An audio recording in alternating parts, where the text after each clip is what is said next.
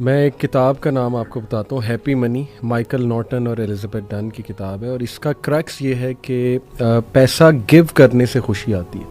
Social experiment کیا ان لوگوں نے۔ سوشل ایکسپیریمنٹ کیا تھا کہ ٹرین پہ جو لوگ چڑھنے والے تھے سب وے سے، انہیں کہا کہ ہم نا آپ کو $10 دے رہے ہیں، لیکن یہ آپ کا نہیں ہے، یہ آپ نے رینڈملی کسی کو دیکھنا ہے، شکل سے اسے پہچاننا ہے اور اسے دے دینا۔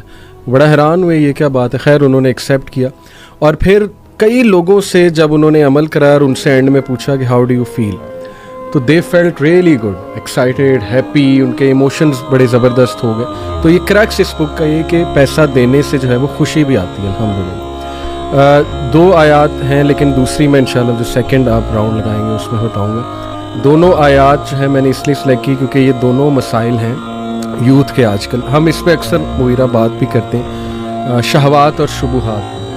شبہات کے حوالے سے یہ آیا ایکچولی ابن عباس رضی اللہ عنہ کی بھی فیوریٹ آیا ہے، اکارڈنگ ٹو اے نریشن۔ ایک صحابی نے ابن عباس سے پوچھا کہ آپ کی فیوریٹ آیا کون سی ہے، تو اس زیادہ تر صحابہ کی وہ ہے قل یا عبادی الذین اسرفوا علی انفسہم لا تقنطوا من رحمۃ اللہ، لیکن ابن عباس نے کہا کہ میری یہ فیوریٹ آیا ہے۔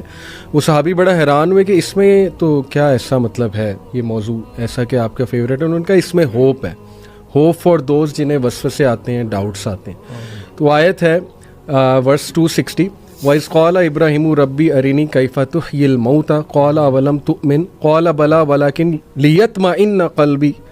یہ آیت کی ٹرانسلیشن میں آپ کو بتاتا ہوں۔ And remember when Ibrahim said my lord show me how you give life to the dead, Allah responded do you not believe, Ibrahim replied yes I do but just so my heart can be reassured. تو الحمدللہ دیکھیں، میں ایک scholar کو بھی سن رہا تھا، انہوں نے کہا کہ اس میں ہوپ ہے ان لوگوں کے لیے کہ جن کو ڈاؤٹس آ جاتے ہیں۔ Not all doubts are wrong, some doubts obviously they can take you to a very wrong direction، especially اگر ان کی انٹینشن ٹھیک نہیں ہے، اور وہ بس آپ وہ بنی اسرائیل جیسے ہر چیز پہ ڈاؤٹ اٹھا دیتے تھے، وہ تو غلط انٹینشن۔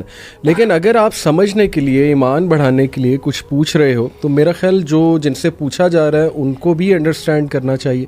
سب سے پہلے اس نے ضانی دینا چاہیے کہ یار یہ سمجھنا چاہ رہے ہیں، اور جو پوچھنے والا ہے اس کو بھی میں سمجھتا ہوں ہوپ فل رہنا چاہیے کہ ایمان ڈاؤن ہو جاتا ہے، ڈاؤٹس آ جاتے ہیں، لیکن یہ کہ پوچھو، کیونکہ ابراہیم علیہ السلام دیکھیے وہ اللہ کو کہہ رہے ہیں کہ اللہ مجھے آپ دکھائیں، میں بس ایمان کی تقویت جو ہے وہ چاہتا ہوں۔ لیکن پوچھنے کا مقصد جو ہے وہ ڈاؤٹ نہیں ہے، نہ ہی شک ہے جی، لیکن انکریز ان فیتھ ہے، انکریز ان فیتھ ریزلٹ ہے اس کا۔ کے لیے انکریز کرنی، یعنی ابراہیم علیہ السلام کے اندر ذرہ برابر بھی شک نہیں تھا، ذرہ برابر بھی کسی قسم کا ڈاؤٹ کچھ نہیں تھا، لیکن صرف سوال کرنے کی نوعیت یہ تھی، یا سوال سے وہ چاہتے یہ تھے کہ ان کا ایمان اور بڑھے، تو یہ بھی ایک ہوتا ہے۔ اچھا، یہ جو تقاضا ہے نا، یہ 2 جگہوں پہ قرآن مجید میں ہوا ہے۔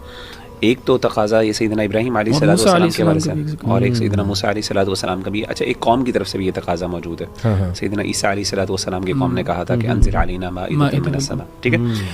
تو اصل میں ان سب آیات کا اگر آپ کانٹیکس دیکھیں نا، اور یہاں پہ جو آیات ہیں اس کے اندر اللہ نے سب سے پہلے قال اولم تؤمن، کیا تم ایمان نہیں لائے؟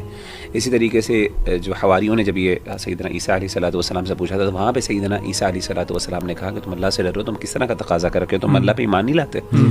دونوں نے جواب یہ دیا کہ ہم اپنے دل کا اطمینان چاہتے ہیں، اور دونوں کو جواب ملا اللہ کی طرف سے۔ اس سے پتہ یہ چلا کہ اللہ تعالیٰ سے ایسے ایکسپیرینسز کا تقاضا کرنا جو کہ اگینسٹ دا نیچرل لاز ہیں، یہ پسندیدہ نہیں ہے، لیکن یہ حرام بھی نہیں ہے۔ کہنے کا مطلب ہے کہ کئی دفعہ انسان کو اللہ کی طرف سے ری ایشورنس چاہیے ہوتی ہے کچھ نہ کچھ لیول پہ، اور میں آپ کو بتاؤں، یقین کریں انسان کوئی بھی ری ایشورنس علی بھائی نہیں دے سکتا۔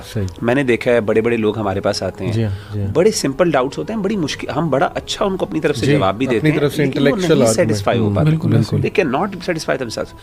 اس سے پتہ یہ چلتا ہے کہ معاملہ چونکہ دل کا ہوتا ہے نا، اور دل کا اختیار صرف اللہ کے، شرع صدر اللہ کے ہاتھ میں ہوتا ہے۔ اسی لیے جب تک اللہ کی مدد نہیں ہے، اللہ کی طرف سے انشراح نہیں پہنچے گا، فائدہ نہیں ہوگا۔ تو اسی لیے میں سمجھتا ہوں بھائیوں کو، دیکھیں اللہ کے ساتھ اور آپ کا تعلق ہے نا، وہ ایک پرسنل تعلق ہے، آپ اللہ کے ساتھ جو مرضی باتیں کریں، آپ کا تعلق ہے، ہم اس میں کوئی انٹروین نہیں کرتا۔